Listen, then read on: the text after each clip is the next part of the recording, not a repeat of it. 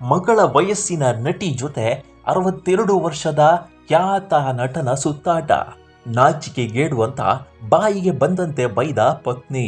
ಹೌದು, ಬಾಲಿವುಡ್ ನಟ ಗೋವಿಂದ ಮತ್ತು ಅವರ ಪತ್ನಿ ಸುನೀತಾ ಅಹುಜಾ ನಡುವಿನ ವೈಯಕ್ತಿಕ ಕಲಹ ಮತ್ತೆ ಬೀದಿಗೆ ಬಂದಿದೆ.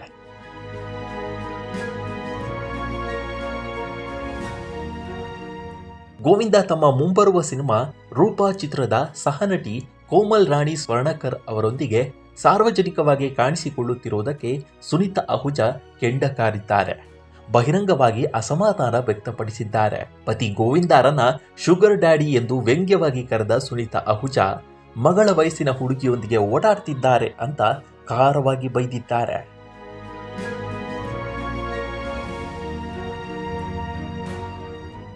ಇತ್ತೀಚೆಗಷ್ಟೇ ನಟ ಗೋವಿಂದ ಮತ್ತು ಕೋಮಲ್ ರಾಣಿ ಮುಂಬೈ ವಿಮಾನ ನಿಲ್ದಾಣದಲ್ಲಿ ಒಟ್ಟಿಗೆ ಕಾಣಿಸಿಕೊಂಡಿದ್ರು.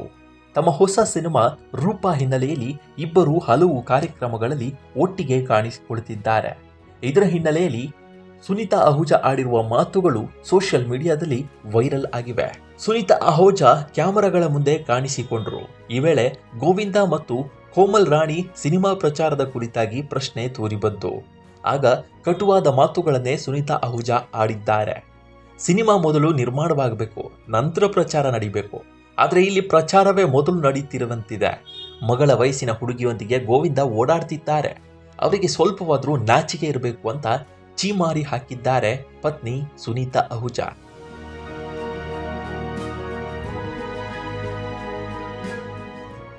ಕೋಮಲ್ ರಾಣಿ ಅವರ ಉಡುಪಿನ ಬಗ್ಗೆಯೂ ಸುನೀತಾ ವ್ಯಂಗ್ಯವಾಡಿದ್ದಾರೆ.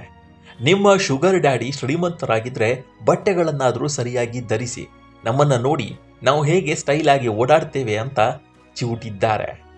ಅಂದಹಾಗೆ ಗೋವಿಂದ ಮತ್ತು ಕೋಮಲ್ ರಾಣಿ ವಿಚಾರವಾಗಿ ಸುನೀತಾ ಅಹುಜಾ ಮಾತನಾಡ್ತಿರೋದು ಇದೇ ಮೊದಲ ಸಾರಿ ಅಲ್ಲ. ಈ ಹಿಂದೆ ಕೂಡ ಮಾತನಾಡಿದ್ರು. ಆಗ ಸುನೀತಾ ಅವರನ್ನ ಗೋವಿಂದ ಫ್ಯಾನ್ಸ್ ಟ್ರೋಲ್ ಮಾಡಿದ್ರು.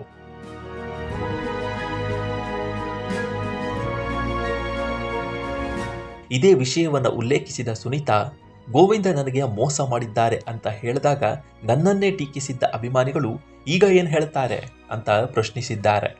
ಜೊತೆಗೆ ವಿನಾಶಕಾಲೆ ವಿಪರೀತ ಬುದ್ಧಿ ಎಂದು ಹೇಳುವ ಮೂಲಕ ಗೋವಿಂದಾಗೆ ಬುದ್ಧಿ ತಪ್ಪಿದಂತಿದೆ ಅಂತ ಪತ್ನಿ ಸುನೀತಾ ವ್ಯಂಗ್ಯವಾಡಿದ್ದಾರೆ.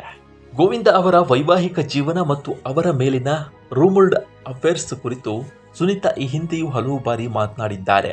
ಹಳೆಯ ಸಂದರ್ಶನವೊಂದರಲ್ಲಿ ಕೋಮಲ್ ಬಗ್ಗೆ ಸುನೀತಾ ಅಸಮಾಧಾನ ವ್ಯಕ್ತಪಡಿಸಿದ್ರು.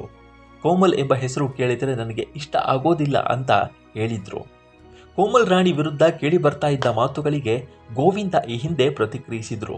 ತಮ್ಮ ಸಹನಟಿಯ ಪರವಾಗಿಯೇ ಗೋವಿಂದ ಮಾತನಾಡಿದ್ರು.